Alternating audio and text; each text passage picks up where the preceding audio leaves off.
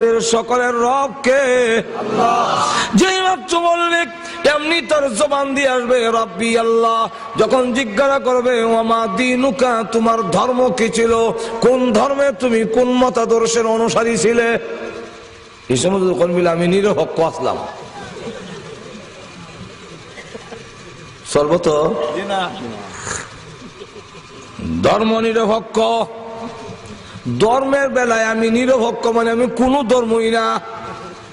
রাস্তারা কইব ওকল ধর্মের নাম শুনলাম, ইজার ধর্মের নাম তো শুনছি না, হেবিল আবার নিরপেক্ষ। হয়তো খ্রিস্টান এলে, ইহুদি নেলে, হিন্দু নেলে, বুদ্ধ, মাজরে কণ্ঠে কেনা একটা না একটা কইতো হেদি কই নিরপেক্ষ বলে কোন হকই না। এটা আবার কোন হকে? এটা গায় না, এটা বলদ না, এটা মাছ কান দিও না, হিসে দাও না, এটা আবার কোন হান্দা চেনা?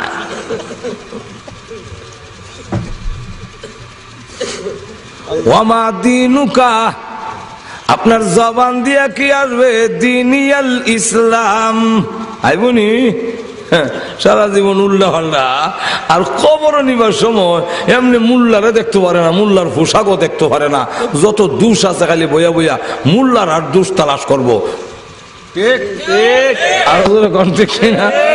মুল্লার আর দোষ তালাশ করে, যারে নিন্দে তারে ফিন্দে।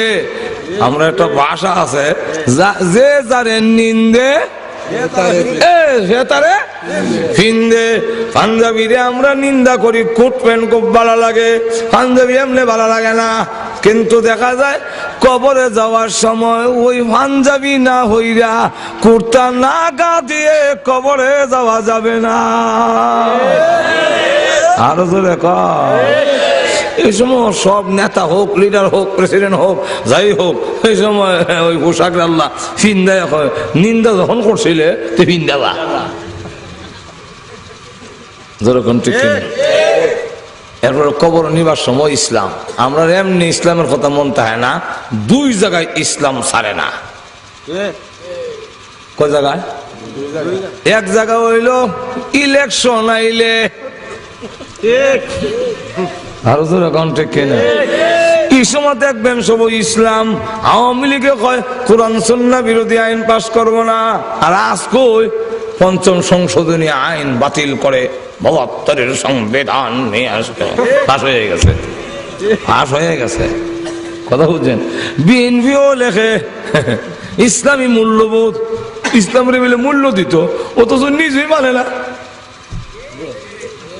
আর এরশাদ সাহেব জাতীয় পার্টি রাষ্ট্রীয় ধর্ম ইসলাম, রাষ্ট্রীয় ধর্ম ইসলাম, রাষ্ট্রীয় ফল হইল কাঁঠাল, রাষ্ট্রীয় ফাঁকির নাম হইল, জাতীয় ফাঁকির নাম হইল, এটার নাম দোয়েল। দোয়েল জাতীয় ফাঁকি কোয়ার আগে যেমন গাছও থাকতো, এখনো হে গাছ হইতে হে দালান কোটাও হইছে না। ঠিক তেমনি ভাবে রাষ্ট্রীয় ধর্ম ইসলাম, জাতীয় ধর্মীয় ইসলাম, এটা ঘোষণার করে আগে যে অবস্থা আছিল এখনো একই অবস্থায় আছে, এটার আর কোনো উন্নতি হইছে না। যেরকম ঠিক কিনা? এরপরে আবার দেখা যায় ওই সময় স্লোগান দেয় লা ইলাহা ইল্লাল্লাহ, নৌকার মালিক তুই আল্লাহ। এরপরে দেখা যায় আবার আরো জন কয় দানের শীষে বিসমিল্লাহ। এরপরে কইব আল্লাহ আল্লাহ বলিয়া জাল বুট দিয়া বাস করলে মু বড়িয়া। এখন এই সময় বলো মাজার জিয়ারত তোকি না থাকলে আর একজনের একটা তোকি আনিলে বেগম সাবরে গিয়া দেওয়া যায় না, আলমারির ভিতরে কোনো পুরান তোকে উকে আসেনি, দেওয়া যায় তিলা ফুরা রয়েছে তোকে। বিসমিল্লাহির রহমানির রহিম। লজ্জা হয় না?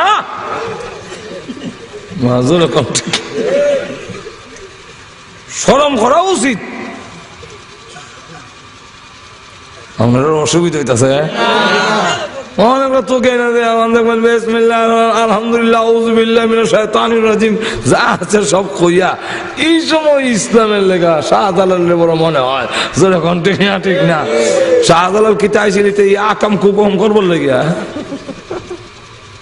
এরপরে যাই হোক দেখবেন লইয়া যায়, আতর উতর লাগাও, কাপড় বল ভালো করে দাও, গোসল ওসল দাও।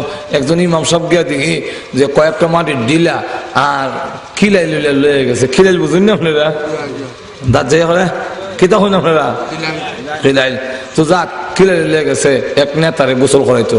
তা আমি যে গেলাম ইমাম সাহেব ইতানচুর এখানে ক আল্লাহ হুজুর ইচ্ছা জানেন না বলে গীতা বলে বেটারে ফেটো জাতা দিলে যে ময়লা বাড়ি বইটা ডিলা লয়ে দিত। আমি কই জিতা থাকতে জিন্দিগি তো ডিলা লইছে না ওহন আর ইতা তো মুচ্ছা লাভ নাই এমনি তো এদে লাও তার হন মুচ্ছা লাভ কিতা। এরপরে আবার ভালো করে কাফন ফোন ফলাইয়া এরপরে এবার লেহে আতর দেয়া লেহে